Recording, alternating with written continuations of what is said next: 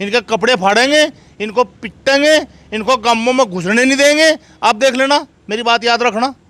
RSS के मस्टंडे और Bharatiya Janata party के गुंडे छात्रों पर लाठी बरसा रहे थे। ना तो इन्हें औलाद से मतलब है, ना इन्होंने औलाद पैदा करी, ना इन्होंने औलाद के दुख दर्द का पता। अब मैं एक बात पूछ रहा आपसे, प्रधानमंत्री अनपढ़ हो और गृह मंत्री को तड़ी पार कहा जाता हो तो उस देश का। नमस्कार, स्वागत है आप सभी का हिंदुस्तान 24 पर और मैं आप सबके साथ विपिन चौधरी। जंतर मंतर की वो तस्वीरें, वो वीडियो इस समय पूरे देश में सोशल मीडिया पर चल रहे हैं, जिसमें छात्रों का सर फटा हुआ है, खून निकल रहा है, कुछ छात्र लंगड़ा कर चल रहे हैं और पुलिस उन पर लाठियां भांज रही है। तस्वीरों में आप देख सकते हैं किसान समाज के कुछ लोग हमारे साथ में मौजूद हैं। खेती किसानी करने का ये लोग काम करते हैं। जिस तरीके की घटना जंतर मंतर पर हुई है तो उसको लेकर ये लोग क्या सोचते हैं, शुरुआत में आपसे ही करूँगा। जिस तरीके की घटना जंतर मंतर पर हुई है, छात्रों को पीटा गया है, उनका सर फोड़ दिया गया, उनकी टांगें तोड़ दी गई, तो इस पर आप क्या कहेंगे? विपिन जी, वो घटना हमने भी देखी, सोशल मीडिया पर उस पर हमने भी देखी। वो घटना इतनी भयंकर थी कि छात्रों पे पुलिस ने इतनी बर्बरता से लठ बरसाया। वो आतंकवादी तो थे नहीं, सबको इस देश में संविधान के अनुसार अपना सबको अधिकार है अपनी बात रखने का, अपनी बात मनवाने का, और उनकी कोई बात सुन नहीं रहा था तो उन्होंने अपनी बात सुनाने के लिए संसद की तरफ मार्च भी करना था। वो भी उनका कोई वो ऐसा रवैया नहीं था। लेकिन उस घटना को देखकर कैसा लग रहा था कि जैसे कभी सुना करते थे, पढ़ते थे कि अंग्रेज़ों के टाइम में इतनी बुरी घटनाएं हुई। मतलब उन बच्चों के सिर फोड़ दिए, किसी का पैर तोड़ दिया, किसी की कोई दिखा रहा कि मेरी वहाँ पे कितने लट लगे हैं। और पता नहीं उस घटना को देख कर दिल भी बड़ा हो रहा था। और जो उनकी सपोर्ट में कुछ लोग गए थे, देखो अगर मेरा बच्चा आंदोलन में जा रहा है तो माँ बाप भी जाएंगे। मैंने देखा कि कई जो आदमी थे उनके साथ में, उनके सिर में से खून ऐसा निकल रहा था जैसे कहीं कोई भयंकर लड़ाई लड़काए हों। सरकार का, दिल्ली पुलिस का रवैया बेहद बेहद निंदनीय था। वो बच्चे थे, कोई आतंकवादी नहीं थे। और एक बात याद रखना, सब देख रहे हैं, वो देश का भविष्य है, कल वो भविष्य तय करेगा देश का। और आप देख लेना, इन बीजेपी वालों को इनके कपड़े फाड़ेंगे, वहीं बच्चे फाड़ेंगे कपड़े इनके, कल वो वोटर बनकर इनके कपड़े फाड़ेंगे, इनको पिटेंगे, इनको गांवों में घुसने नहीं देंगे। आप देख लेना, मेरी बात याद रखना, इनका भी वही असर। पर कुछ छात्राएं भी थी, आपने भी देखा होगा, और उन पर भी लाठियां बजाई गई। उन पर लाठियाँ ही लाठियाँ नहीं बजाई गई, उन छात्राओं के कपड़े तक फाड़ दिए। एक बात बताओ, ऐसा ये कहेंगे कि गुंडा था कपड़े फाड़ दिए? अरे वो तो पुलिस गुंडी थी, उसने कपड़े फाड़ दिए। किसके सहारे पर फाड़ दिए उन्होंने कपड़े? उनकी छातियों पर पैर रखे। एक लड़की ये कह रही थी कि मेरा गला दबाने की कोशिश करी। पुलिस थी, निरंकुश था, शासन निरंकुश था। क्यों नहीं सुनते उनकी बात? ये क्यों नहीं सुनते उनकी बात? प्रधानमंत्री जी बराबर में बैठे हैं कि 200 मीटर की दूरी पे, अगर बात नहीं सुनते तो अपना प्रतिनिधि भेजना चाहिए था। बच्चों की बात सुननी चाहिए थी, कल का भविष्य है, इनको सुननी चाहिए थी। इनका भविष्य भी अंधकार में है, जिस तरीके से बच्चों का भविष्य अंधकार में, इनका भी भविष्य अंधकार में जाने वाला है। तैयार होली उसकी नींव रखी गई। बच्चों के साथ ऐसा व्यवहार अमानवीय, निंदनीय, जितनी निंदा करें बहुत ही कम। मतलब आप लोगों के अंदर कितना गुस्सा है? मेरे अंदर भी इतना गुस्सा है, अगर मैं वहाँ होता तो एक आधे ने तो मुँह रोटी देता पकड़ के। इतना गुस्सा है मेरे भीतर भी। मैं यूँ कहूँ, ये कैसे लोग बैठ के वहाँ जाके, इनके बच्चे तो हैं नहीं, ये तो सारे रंडमुंड हैं, बच्चे इनके हैं नहीं। अरे इन्हें बच्चों के दर्द का पता क्या है? अरे जिसका एक ही बच्चा है वो प्रोटेस्ट में जा रहा, उसके माँ बाप को पूछ कर देखो। और उनके सिर फाड़ दिए। मैं देखा एक लड़की को 4 पुलिस वाले ऐसे घसीटते हुए ले जा रहे, उसकी पैर पकड़ रखे और उसके कपड़े फट गए वहाँ तक, और वो बेहोश होगी। इतना अमानवीय कृत्य नहीं करना चाहिए था, इतना अमानवीय कृत्य नहीं करना चाहिए था। वो अपनी मांग रख रहे थे, कोई वहाँ लड़ने के लिए नहीं जा रहे थे। वो निहत्थे लोग अपनी मांग रख रहे थे। अगर उनकी मांग नहीं सुनने तो संसद तक आने देते, वहाँ सुन लेते उनकी मांग। कुछ लोग तो ये बोल रहे हैं कि भाई पुलिस वाले जो वर्दी पहने हुए थे, नेम प्लेट नहीं थी, और कुछ तो सादी वर्दी में थे, वो छात्र छात्राओं को पीट रहे थे, लाठियां बजा रहे थे। मैं भी वीडियो में देख रहा था। और आप तो पुलिस वाले कह रहे थे उनसे वो बिना वर्दी के थे। पुलिस वाले नहीं, बीजेपी के गुंडे थे, बीजेपी के गुंडे थे 100%। बीजेपी ने अपने अलग गुंडे भेज रखे थे एक बात बताओ, जब सब लोग वर्दी में थे पुलिस वाले, तो उन पर वर्दी पहन तो क्या दिक्कत हो रही थी? वो 100% पर्दे के पीछे छुपा कर उन्होंने गुंडे भेज रखे थे आंदोलन को ख़त्म करने के लिए। अरे गुंडागर्दी से कब तक देश चला हुआ है? नहीं चलने वाला है। वो देश का भविष्य है, वो आने वाले समय में सबक सिखाएगा आप लोगों को। उनकी बात नहीं सुनोगे, उनका भविष्य अंधकार में है, वो तो लड़ेंगे। अब बार बार पेपर लीक करना, किसी भी परीक्षा का बार बार पेपर लीक करना और अपनी गलती को स्वीकार भी नहीं करना, और अगर बच्चे अपनी बात कहने के लिए जा रहे हैं उनकी बात को सुनना भी नहीं। ये बात सुनी नहीं गई, इसके पीछे वजह क्या मानते हैं? उसके पीछे बीजेपी का अहंकार सिर चढ़ कर बोल रहा। सुननी चाहिए ना बात। पहले भी ऐसी बात होती, आंदोलन होते, आंदोलनों के बाद तो तुरंत कहीं रिजाइन भी हो जाते। किसी मंत्री के बारे में, उसके बारे में हमने देखा, 2-4 के बारे में तो हमने देखा। एक बम ब्लास्ट हुआ था दिल्ली में, शिवराज पाटिल ने तुरंत इस्तीफा दे दिया था। नैतिक जिम्मेदारी लेते ही इनकी नैतिक जिम्मेदारी ही नहीं है कुछ भी। छात्राओं से ज़्यादा प्रिय उन्हें जो शिक्षा मंत्री है धर्मेंद्र प्रधान, वो है। नहीं, वो लग रहा उनकी बात तो है, वो प्रिय है, वो लग रहा उनकी बात तो कि प्रिय है। लेकिन एक बात बताओ, इस पेपर लीक में लगभग सुनने में जो आ रहा है, लगभग 20 बच्चों ने सुसाइड कर लिया। और जिस घर में अकेला बच्चा है और उसने सुसाइड कर लिया, उसका तो चिराग बुझ गया। माँ बाप के पैसे भी लग गए और बच्चा भी हाथ से निकल गया। आखिर सरकार ये चाह क्या रही है? ये क्या चाह रही है? अगर पेपर लीक करने वाले कौन लोग हैं? पेपर लीक करने वाले आप ढूंढ लो, सरकार से मिले हुए लोग मिलेंगे।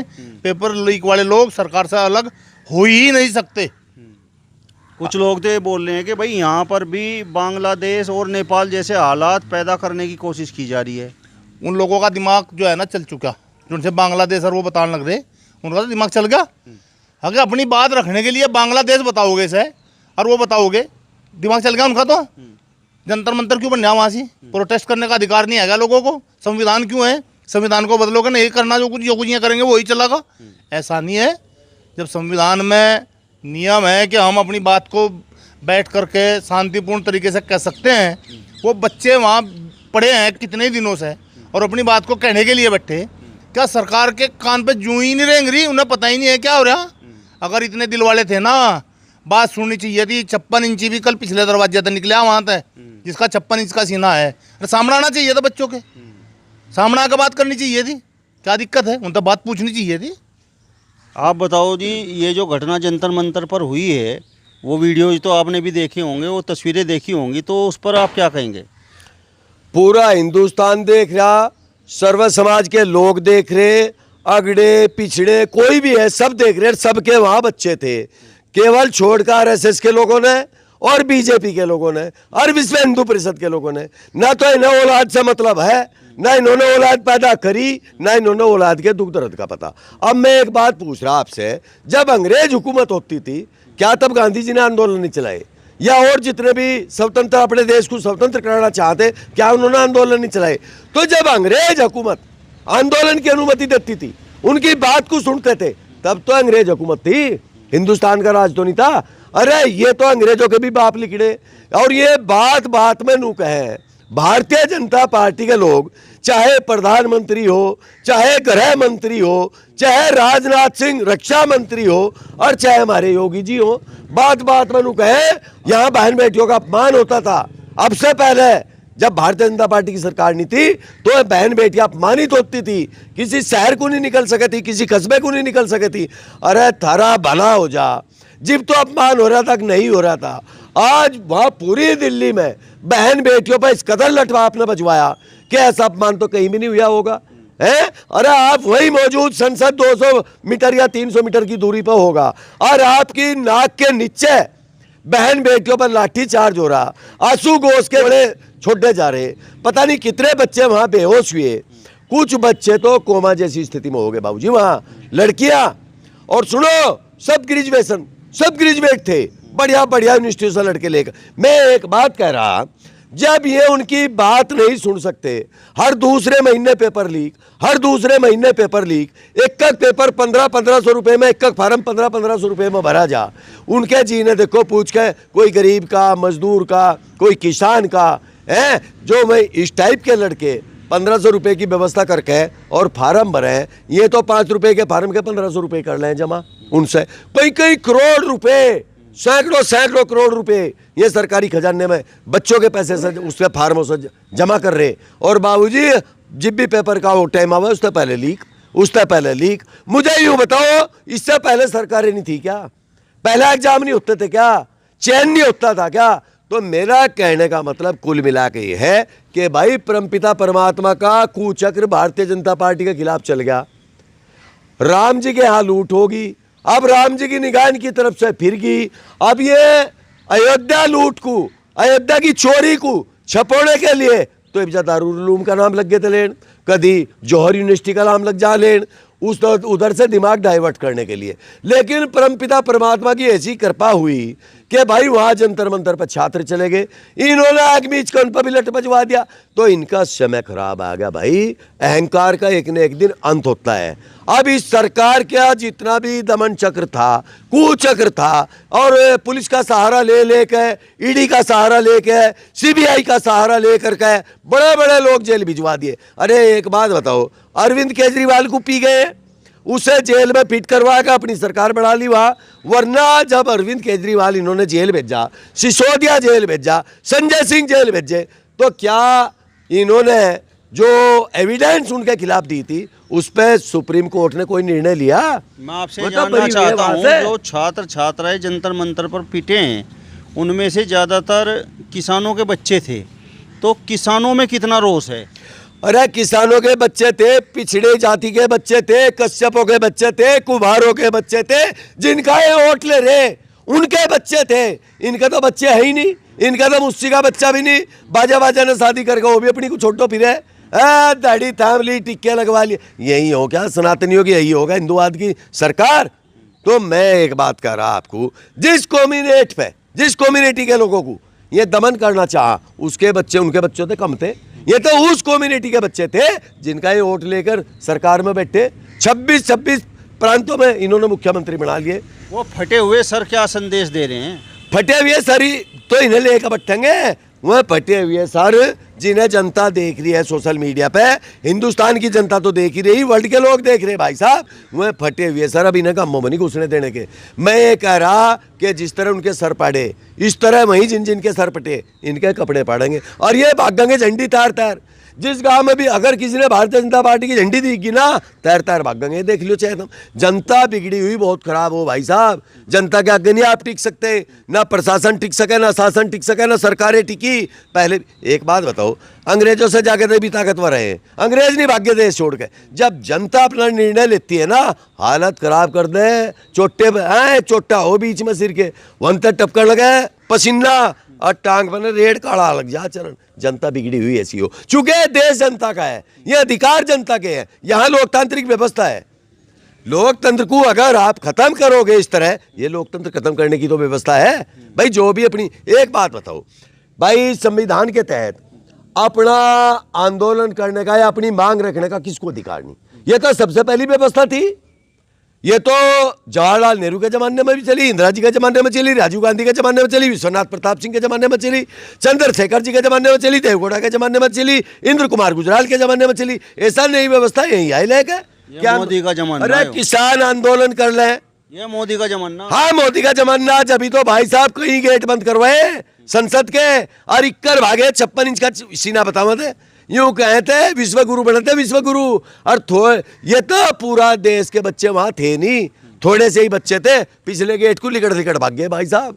हाँ आप बताओ ताऊ जी, इस घटना पर आप क्या कहेंगे, जिस तरीके की ये घटना जंतर मंतर पर हुई है?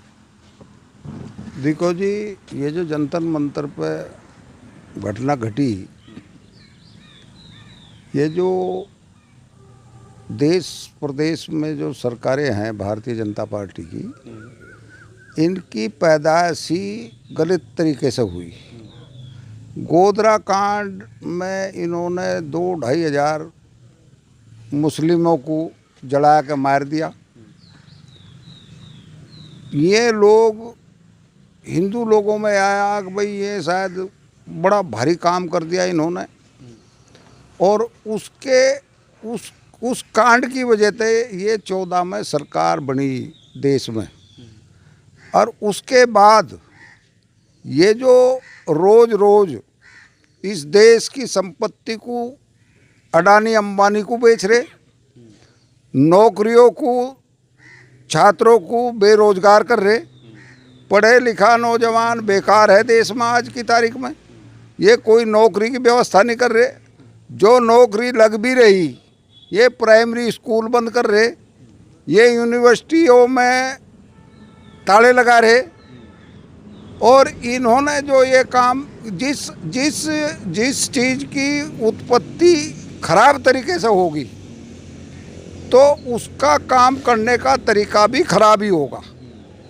और ये आज की तारीख में जनरल डायर ने जो है, अंग्रेजी राज था जी, उन्हें गोली चलाने का हुक्म दिया था और इन्होंने लाठी चलाने का हुक्म दिया।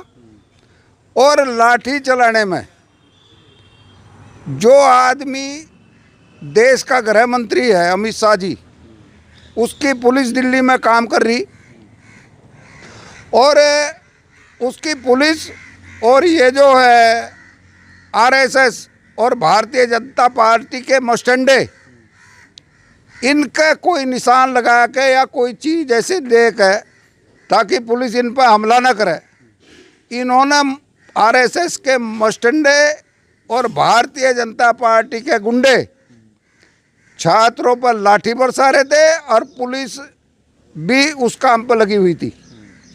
और जिस आदमी को देश में तड़ी पार कहते हूँ और वो देश का गृह मंत्री बन के इस तरीके की कार्रवाई करवा रहा हो, तो इससे विभिन्न कांड कोई हो नहीं सकता।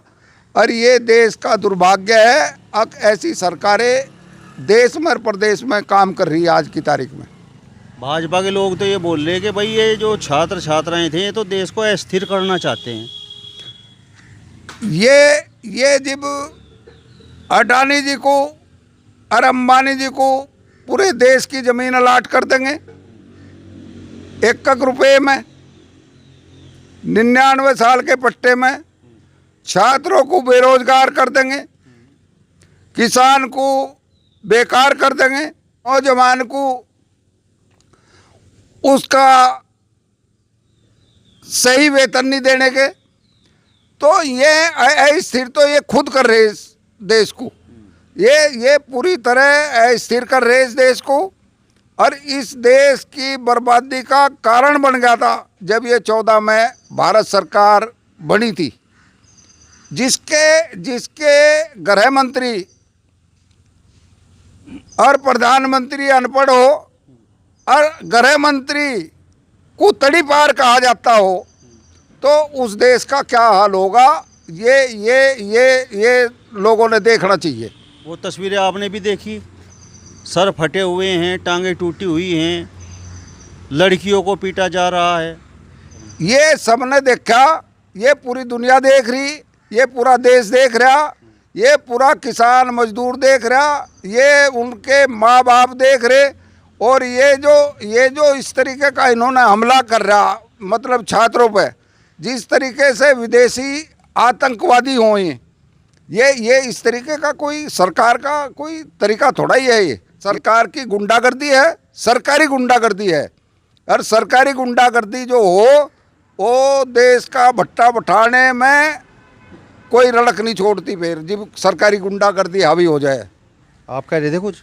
मैं यूँ कह रहा था कि इन्होंने कहा कि छात्रों ने पत्थरबाजी की जी, वो वहाँ काफ़ी दिन से बैठे थे, पत्थर कहाँ से आए। और मैं एक वीडियो में देख रहा था 4-5 पुलिस वाले पत्थर बच्चों के ऊपर इस तरीके से फेंक रहे थे, उनके सर में लगे चाहे उनके जहाँ लगे, पुलिस वाले फेंकते हुए मैंने एक वीडियो में देखे कि पुलिस वाले पत्थर मार रहे थे। उल्टा इल्ज़ाम छात्रों के ऊपर लगा रहे, छात्र पत्थर नहीं ले, पत्थरों का ट्रक शासन द्वारा वहाँ भेजा गया और पुलिस मुझे पत्थर फेंकती हुई देखी वहाँ से। चलिए, तो आपका इस वीडियो पर क्या कहना है कमेंट बॉक्स में हमें ज़रूर बताइए। फिलहाल इस वीडियो में बस इतना ही। अगली वीडियो में फिर आपसे मुलाकात होगी, तब तक बने रहिए हिंदुस्तान 24 के साथ। नमस्कार।